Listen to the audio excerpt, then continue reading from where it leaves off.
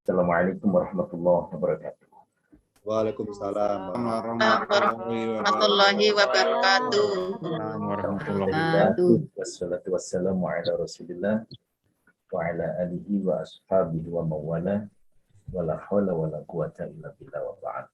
Faqad qala Allah ta'ala fi kitabihil karim a'udzu billahi minasyaitonir rajim syahrul ramadan alladzi unzila fihi al-Qur'an hudan linnas wa bayyinatin minal huda wal furqan.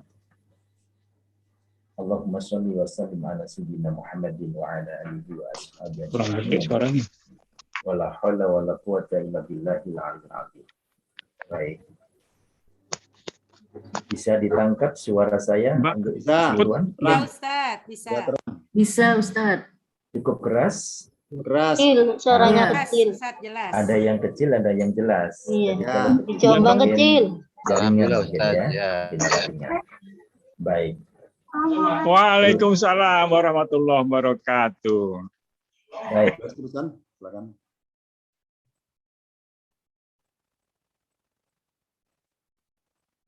Ustadz Anam, mikrofonnya diklik ya, kepencet tadi di layar Zoom, silakan diklik mikrofonnya, di unmute di layar Zoom, diklik, silakan udah siap, silakan. Oke, baik. Kita sepakati, insya Allah sementara mic-nya Bapak Ibu dimatikan semuanya, ya. Nanti kalau kecuali ada yang berkepentingan sehingga dibuka sesuai dengan keperluannya, insya Allah. Bismillahirrahmanirrahim. Bapak sekalian, kita pertama-tama bersyukur. Detik ini kita ditakdirkan Allah, insya Allah atas ridhonya, bisa bersua, bisa bercengkerama dalam majelis Quran. Uber, ya, buka bersama online. Nanti makannya dewe-dewe. Ya, makanya dewe-dewe, jajannya dewe-dewe, minumnya dewe-dewe, sendiri-sendiri ya, sendiri-sendiri. Yang pasti itu semua dari rahmat Allah Subhanahu wa taala. Sebab sehat itu mahal. Kalaulah kita tidak ada kesehatan, pasti tidak akan bisa untuk bisa bersimpul bersama di sini. Masya Allah, ya, sehat itu mahal. Tapi sayangnya banyak orang yang baru merasakan betapa mahal sehat kalau sedang diuji oleh Allah dengan rasa sakit. Karena itu kita pandai bersyukur. Pantas Allah nyatakan, Fabi ayyi ala'i rabbikuma tukadziban, nikmat Tuhan yang mana lagi yang dan kalian dustakan. Hai bangsa jin dan manusia. Sampai 31 kali. Dan satu lagi Bapak sekalian, kalaulah kita itu bisa bersyukur, itu pun sebatas apa yang kita anggap bisa. Sebab ternyata syukur kita pun belum sampai menghinggakan daripada nikmat Allah. Allah berfirman, wa in ta'uddu ni'matallahi la tuhsuha. Bila kalian tidak menghitung nikmat Allah, pasti dan pasti tidak akan bisa menghinggakannya. Karena itulah puncaknya. Kita bersyukur karena kita bisa bersyukur. Itu aja. Kenapa demikian? Karena banyak orang yang semestinya harus bersyukur, tapi tidak pandai bersyukur. Hari ini kesyukuran kita wujudkan lewat keberpihakan kita kitab suci Al-Qur'anul Karim. Dan semua insya Allah berharap ingin hidup mulia bersama Al-Qur'an. Insya Allah. Ya. Insya Allah. Baik. Ya.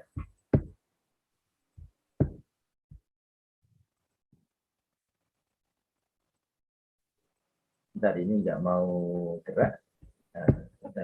Udah. Ya. Sebagai prolog sekalian,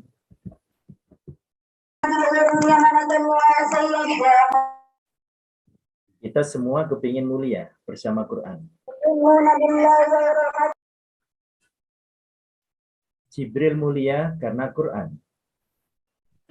Rasulullah Shallallahu Alaihi Wasallam mulia karena Al-Quran. Ramadan mulia karena Al-Quran.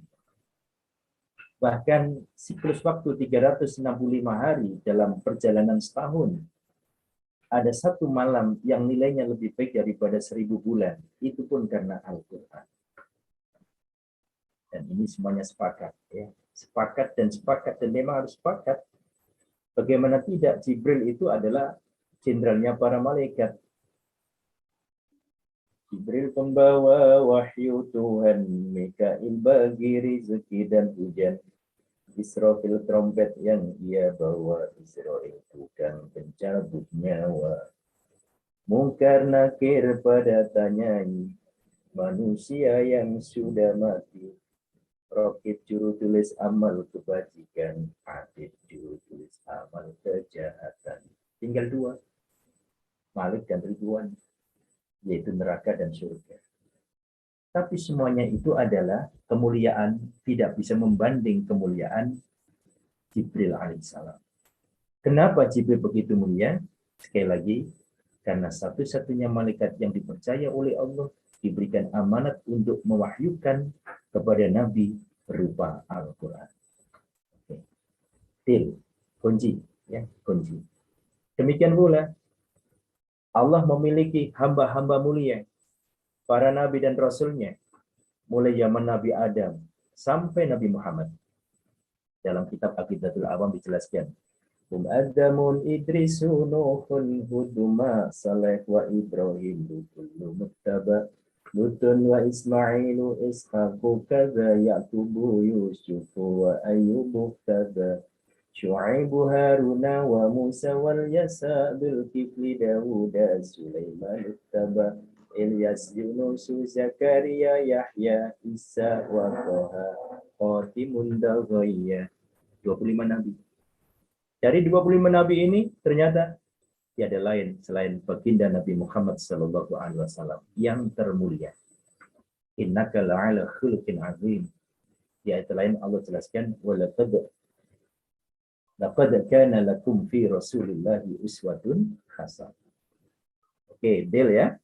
Mulianya baginda Rasul asbab Al-Qur'an. Yang ketiga, Bapak Ibu, tanpa dijawab, tapi mari dijawab dalam hati. Sudahkah kita hafal bulan-bulan Islam dari 12 bulan? Oke. Pertama, Muharram. 2, Safar. 3, Rabiul Awal, Rabiul Akhir, Jumadil Awal, Jumadil Akhir, Rajab, Sya'ban, Ramadan, Syawal, Dzulqa'dah, Dzulhijjah. 12 bulan. Allah abadikan 4 bulan dari 12 bulan dengan kalimat Asy-Syahrul Hurumat. Bulan apa saja itu? Bulan yang dimuliakan oleh Allah. Bulan Muharram, bulan Rajab, bulan 11 Dzulqa'dah, bulan 12 bulan Dzulhijjah. Dari 4 bulan ini adalah mulia. Tapi ternyata ada 1 bulan yang dimuliakan dan sangat mulia. Dan takkan pernah tertandingi kemuliaannya. Itulah Syahrul Ramadan. Bulan suci Ramadan. Ya. Kenapa demikian? Karena di dalamnya Syahrul Ramadan allazi unzila fihil Qur'an. Jadi lagi-lagi Quran, lagi-lagi Quran. Sampai-sampai Allah nyatakan keunggulan Ramadan. Di dalam hadis qudsi dinyatakan innahu li wa ana ajzibi. Sesungguhnya amalan Ramadan, bulan Ramadan adalah bulanku, milikku, dan aku sendiri yang membalasnya. Allahu Akbar. Walaupun kelihatannya sedikit apa tadi itu ketawa ceria ya, tapi insya Allah berpotensi dan bermakna kita duduk di sini ini. Ya, yang kita kaji adalah kitab suci Al-Quran. Masya Allah. Sekali lagi, deal. Kemuliaan 12 bulan adalah puncaknya di bulan Ramadan.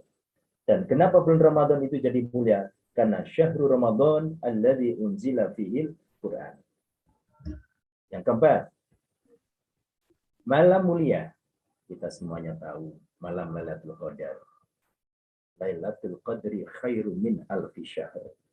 Bulan atau malam bulan Ramadan, yaitu malam Lailatul Qadar, lebih baik daripada 1000 bulan.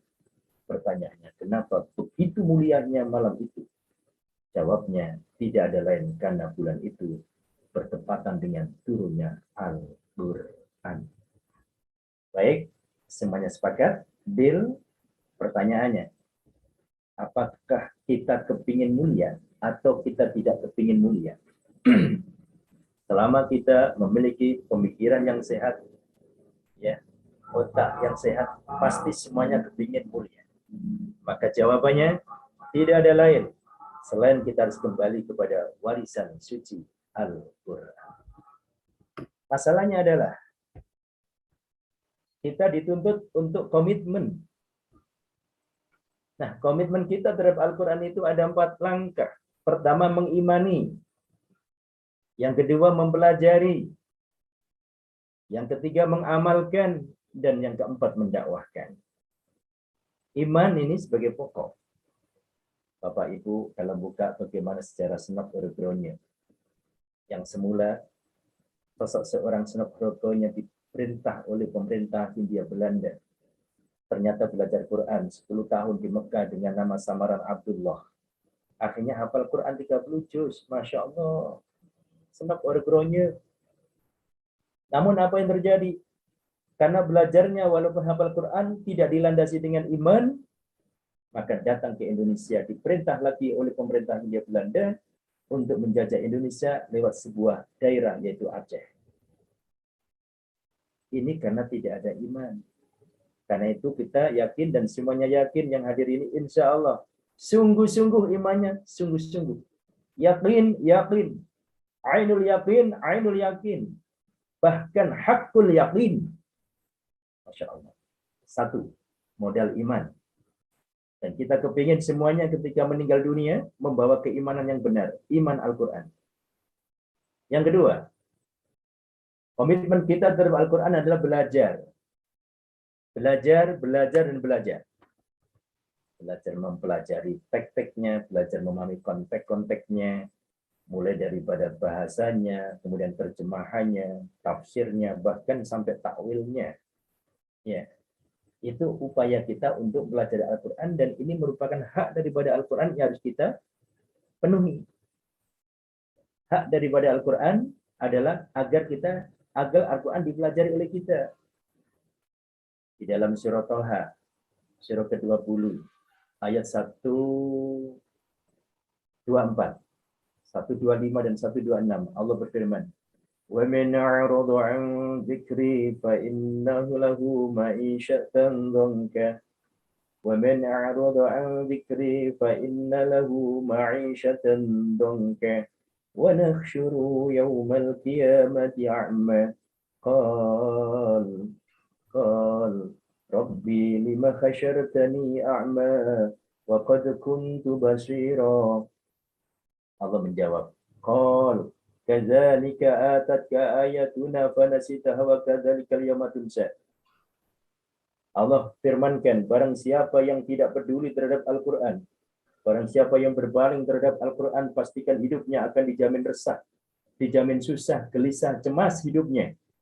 Silakan, harta menumpuk-numpuk, kendaraan banyak, pekarangan di mana-mana, rumah pun luar biasa, tapi hidupnya resah, mau apa dikata. Tidak banyak orang tahu, ternyata hatinya setiap hari merana, neraka. Kenapa demikian? Kalau kita kembali kepada surah Thaha, man a'radu an dzikri, karena berpaling, karena tidak peduli terhadap Al-Quran. Bahkan Allah tegaskan kembali, wa nahsyuruhu yaumal qiyamati ama, aku bakal menghimpun mereka besok pada hari kiamat dalam keadaan buta. Innalillahi wa inna ilaihi raji'un. Na'udzubillah, tsumma na'udzubillah min dzalik.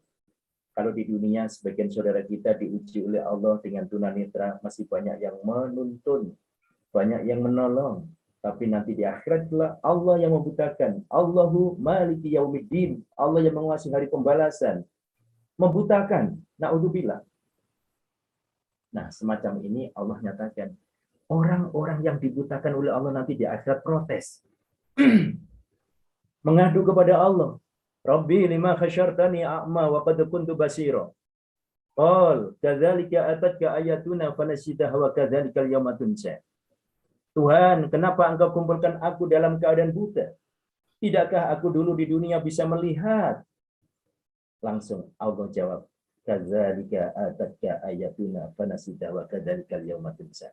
Hari ini demikianlah.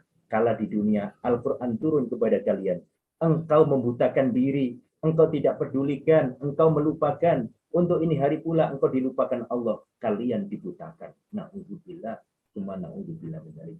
Mudah-mudahan keluarga besar ya taklim Majelis Quran LPQ Nasional ini semoga diselamatkan oleh Allah, yang mendapat syafaat Al-Quran, sehingga kita semua akan selamah, yaitu menuju gerbang pintu surga Allah Subhanahu wa Ta'ala. Inilah pentingnya mempelajari Al-Quran.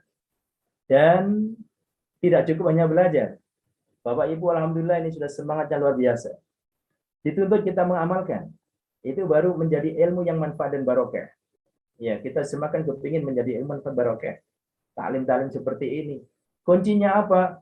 Kuncinya ilmu manfaat barokah itu apabila turunnya dibarengi dengan hidayah Allah. Ya. Hidayah itu turun. Itu baru manfaat dan barokah. Lantas pertanyaannya, bagaimana kita bisa mencuri hidayah Allah? Membarengkan hidayah Allah bersamaan dengan kita taklim Quran? Singkat jawabnya, apabila kita berniat untuk mengamalkannya. Titik.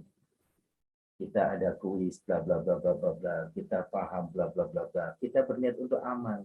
Apa yang kita kuiskan tadi itu baru hidayah turun. Hadirin terus sekalian Allah muliakan, ya, ya, itu baru turun hidayah.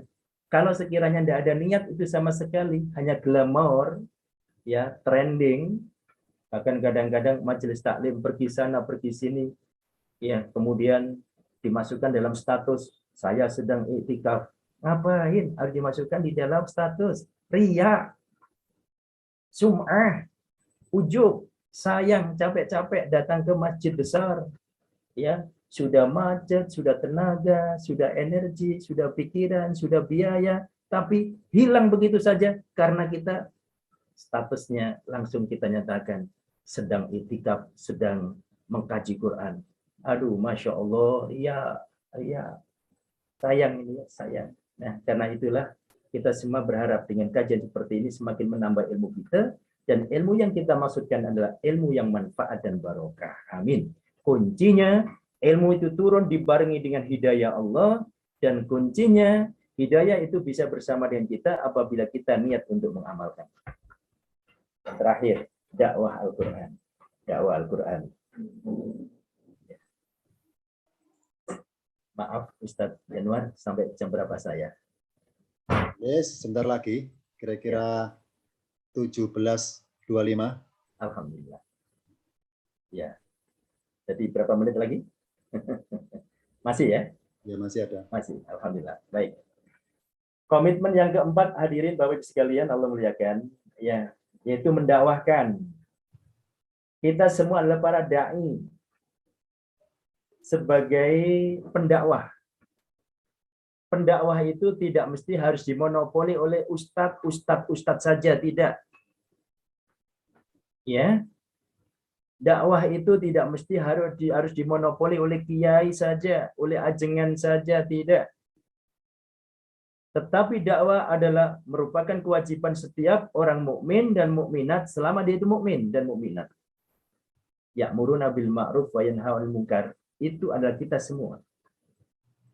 Karena itulah sistem dakwah dalam Islam itu, falsafahnya, tidaklah seorang raja lantas keluar dari keraton kerajaannya hanya ingin menjadi seorang dai, lalu meninggalkan kerajaannya. Tidak. Dakwah bagi seorang raja adalah tetap menjadi raja. Tetapi ada usaha untuk mendakwahkan Islam dalam lingkungan kerajaannya. Dakwah bagi seorang guru tidak perlu kita harus lari dari dunia pendidikan. Lantas kita memposisikan sebagai dai yang bagaimana lagi? Guru itu luar biasa. Dai Allah itu. Seorang birokrat tidak perlu lari dari birokrasinya. Tetap menjadi seorang birokrat yang taat, yang soleh. Tapi ada usaha untuk menghidupkan dakwah di lingkungan birokrasinya. Seorang teknokrat tidak mesti lari daripada teknokrasinya. Lantas kembali menuju seperti seorang dai, tanda kutip, dengan berpakaian segala atributnya. Tidak itu yang dimaksud. Dakwah itu esensinya adalah amar ma'ruf nahi mungkar. Dan itu bisa dilakukan oleh kita semuanya.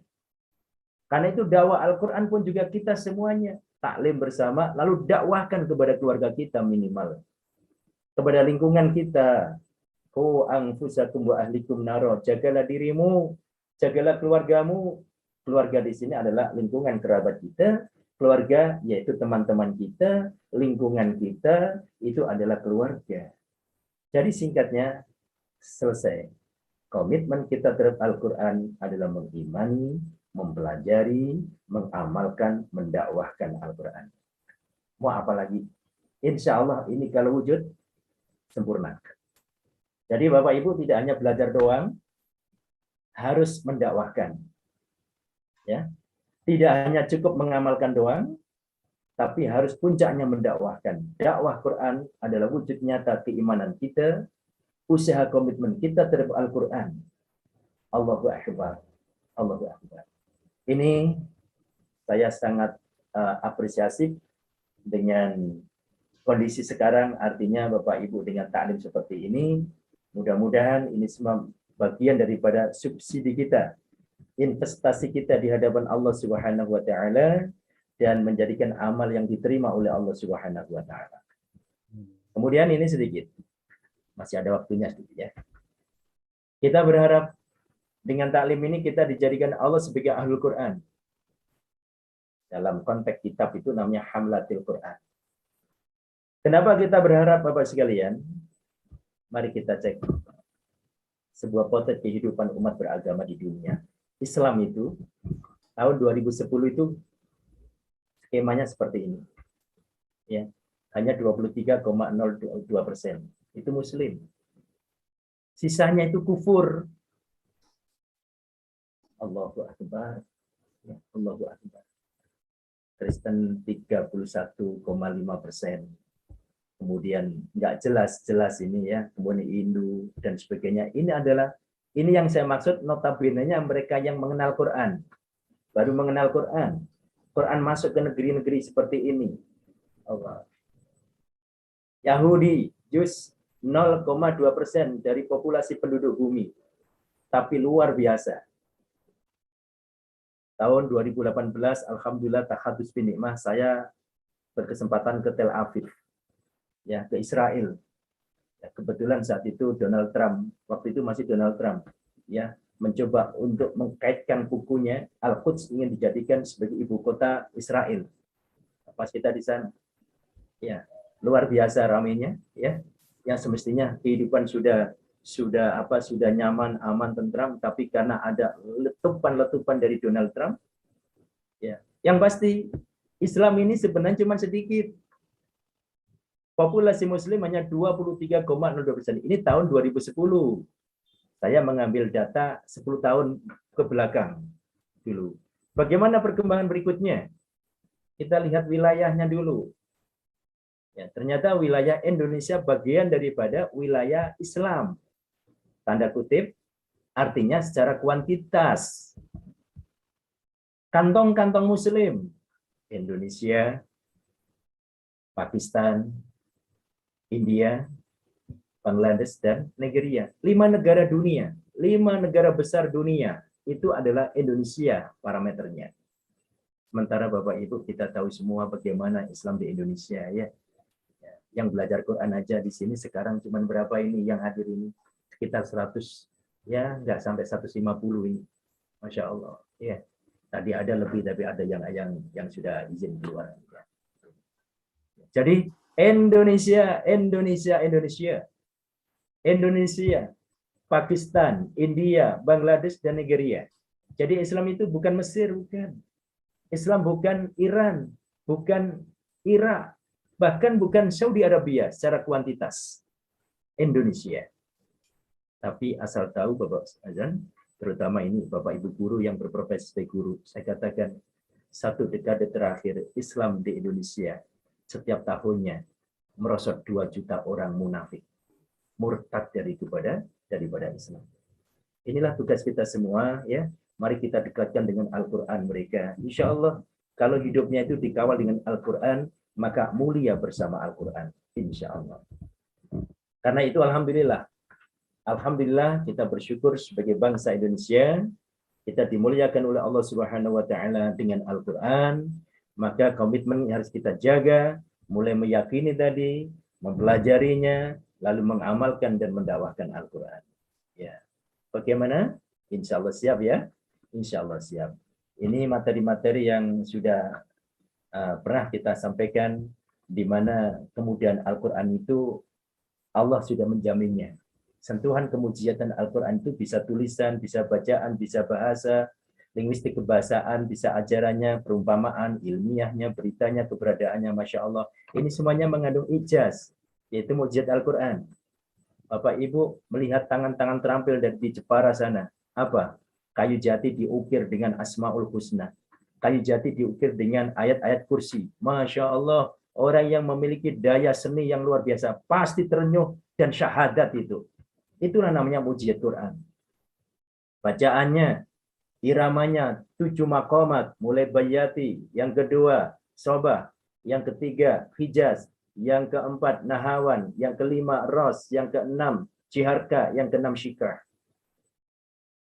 Itu juga teralunkan dengan indah mukjizat Al-Quran. Walaupun nggak hafal, bahkan nggak ngerti, tapi Al-Quran dibaca dengan suara merdu luar biasa. Dan ini sunnah Rasul. Sunnah Rasul. Zaman Nabi ada 2 sahabat yang ternama. Abu Musa al-Ash'ari dan Abdullah bin Mas'ud. Sosok sahabat Rasulullah yang suaranya luar biasa. Satu saat Rasulullah bercerita di hadapan para sahabat, dan di situ ada Abdullah bin Mas'ud. Wahai para sahabat, tahukah kalian, aku tiap malam mengintari rumah-rumah kalian. Rumah-rumah kalian gemuruh dengan baca Quran. Itu rumah sahabat, Bapak Ibu, ya. Bandingkan dengan rumah kita sekarang, gemuruh baca Quran atau gemuruh dengan sinetron kira-kira. Nah, ini bandingannya. Masya Allah, ya. Ternyata Rasulullah katakan, hai Abdullah bin Mas'ud, aku mengintip rumahmu karena engkau baca Quran dengan suara indah dan merdu. Apa kata Abdullah bin Mas'ud? Ya Rasulullah, andai kata hamba tahu kalau Tuhan mengintip bacaanku, aku akan tingkatkan lagi kemerduanku ya Rasulullah. Nah, ini adalah Abdullah bin Mas'ud. Jadi bacaan itu merupakan ijaz. Nah, bahasa ini yang sudah dikaji oleh Ustaz Zainur, ya. Kita semua di Masjid Istiqlal dan sebagainya. Linguistik kebahasaan menjamin kemudahan untuk mengkaji Quran. Belajar Quran bukan ukuran bisa dan tidak bisa, tapi ukuran ada kemauan apa tidak. Belajar Quran bukan ukuran mampu dan tidak mampu, apakah ada kemauan apa tidak. Al-Quran yang kita miliki itu 600 halaman. Ya, dengan asumsi setiap juz 20 halaman kali 30, 600 halaman. Ternyata, andai kata diindeks, persentasinya 79% kosakata yang diulang-ulang dan hanya 21% kosakata yang baru. Ini nyata ini. Kami tim di Masjid Istiqlal saat itu mengindeks data. Ternyata Quran kita yang 600 halaman sekalian itu diindeks. Bagaimana kosakata yang kita maksud? Bismillahirrahmanirrahim. Bi ismi Allah ar-Rahman ar-Rahim. Bi dengan ismi nama Allah ar-Rahman Maha Pengasih ar-Rahim. 5 kosakata. Alhamdulillahi rabbil alamin. Alhamdulillah 1 kata, li 1 kata, Allah 1 kata, Robbi 1 kata, al-alamin 1 kata, 5 kosakata. Juz 1 3624 kosakata. Juz 2 3628 kosakata. Juz 3 3630 kata. Juz 4 3602 kosakata. Sampel data menunjukkan masing-masing juz Al-Qur'an tidak lebih dari 3650 kata. Sekarang kalikan 30 juz, maka mendapat angka 109.500 kata. Genapkan biar mudah diingat, 110.000 kosakata. Jadi hadirin, Al-Quran kita itu adalah 110.000 kosakata. Ya, 110.000 kosakata ini Al-Quran kita. Nah, uniknya, setelah diindeks ternyata 79% kosakata yang diulang-ulang oleh Allah, hanya 21% kosakata yang baru. Pertanyaannya, di manakah yang diulang-ulang itu? Di Ar-Rahman? Tidak. Kenapa menjawab Ar-Rahman? Bukankah fabi ayyi ala rabbikuma tukadziban itu diulang-ulang sampai 31 kali? Luar biasa. Ternyata tidak mewakili. Yasin yang banyak kata-kata fi dhalali mubin. Tidak mewakili. Singkatnya, Al-Baqarah merupakan miniatur global dari sebuah bingkai mushaf Al-Quran. Karena itulah kuasai Al-Baqarah.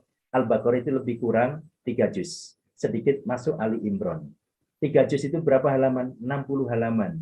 Juz 1 20 halaman, juz 2 20 halaman, juz 3 30 halaman, 20 halaman. Artinya lebih kurang 60 halaman. Halaman-halaman pertama Quran merupakan miniatur global dan sebagai musuh Al-Quran. Nah, terakhir, apakah bisa kita untuk pelajari dengan sungguh-sungguh? Insya Allah.